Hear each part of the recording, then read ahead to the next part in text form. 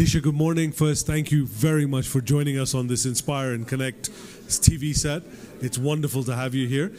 Disha, tell us a little bit about Land and Roses. Tell us a little about, Red Land Roses. You've even brought a prop with you. Tell us a little bit about the company, how it started. What are some of the values that you have? Sure. Thanks, Salim. Very nice to be here today at the BPI Inspire and Connect event. Red Land Roses was started by Isabel Spinder. She's a French national who landed in Kenya 30 years ago, okay? And she essentially thought differently about how the industry could work, okay? She redefined what a Kenyan rose could be, one that had a very long length, strong stem, multiple heads, one that could open up fully in the vase, and one that could have at least 2 weeks in the vase, so customers could enjoy them for longer. And she essentially went into the industry with this different type of thinking and recrafted the entire rose value chain to suit the type of product that she wanted to deliver to customers, okay? Now, she didn't just focus on her product. There were two key things that she cared about. She cared about the environment that she was growing in, and she also cared about the people that were working for the farm. So I'll cover both of those 2 points. In terms of the environment, she was very, very strategic in where she chose to set up the farm. The farm is set up on non-arable land in Ruiru on red marram soil, hence the name Red Land Roses, okay? So that was the start of being environmentally conscious. And then I think the biggest impact was that we grow on soilless cultivation in a hydroponic growing system. And what that means is it prevents leaching of nutrients like fertilizers and chemicals into the underground waterways. And it's in a closed loop system where it could be recycled without polluting the environment. And we can also use 50% less water. So do some of these other flower companies now use this technology that she kind of pioneered? Yeah, so it's a good question. This technology is quite expensive. It's an expensive upfront investment. So a lot of farms are still hesitant to make that investment upfront.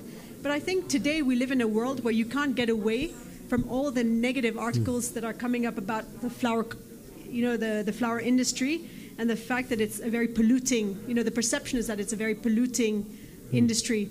And so, by sharing our stories, we're hopefully encouraging farms to make new investments in this technology as they expand. And so what was happening 30 years ago, before she came in and started working on this? How was flower farming different? Was it even happening, roses in particular? I think, look, flower farming has been around since a little bit before 30 years. I think, look, just like any business, I don't think environment was top of mind. I don't think that social was also necessarily top of mind, okay? So I think what happened when she came in is that she tried to change the way people thought about how they should set up this industry in Kenya, okay? And she brought new ideas from France. As I talked earlier about, I was on a panel this morning and I talked about how she thought differently about how to look after people, okay? She encouraged them to join unions because she was concerned that they should have rights. Was this how agribusinesses were thinking back then? Maybe not. But they're not even thinking like that now. Yeah, exactly. When you think about interacting with the union, you think about confrontation. I actually think about it as a partnership. Had a really great meeting with the union just 2 days ago to just communicate something. I think it's all about keeping open communication, collaboration, and treating it as a partnership rather than as a me versus you. And you said it was a fairly expensive way in terms of the initial startup cost or in the initial investments in it. Does that make the roses from your farms much more expensive? Yes and no. I think what makes our roses expensive is the number of eyes that we've invested in every single part of the supply chain to ensure that the rose that is cultivated in perfection in the field is delivered to the customer in the same state of perfection, okay? I think the cost of technology can be amortized cleverly over a long-term period.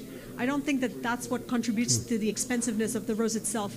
For us, it's more that we've invested in people and quality control processes along the entire value chain to ensure that the rose is in its perfect state when it reaches the customer. Disha, where do you get your passion from? How did you get into this and where do you get your passion from? I think it starts with my family. I come from an agribusiness family. My dad is a commodities trader, and I have my uncle who is a horticulture grower. So I think the influence of agriculture has been there since I was very young. I've been to farms in Nevasha, picked strawberries, eaten them. So I think the passion to be in the field has always been there since I was very young. And I think I discovered this when I entered the workforce at age 21. And the first responsibilities I had was in commercial farm management. I was managing a large commercial farming estate in Zambia for maize, wheat, and soybean. And I was often out in the field, walking along the wheat fields, touching the crop. And I think that I call my irrational passion for wanting to be outdoors. So it feels like for me at Redlands, the stars are aligned. I get to work with the most beautiful product, and I get to be, in the field working with lots of people. Wonderful. Disha, thank you very much for joining us this morning. I hope you continue to inspire and hope you enjoy the connections you've made here. Thanks. Have a great day. Thank you, Salim. Thank Bye. you.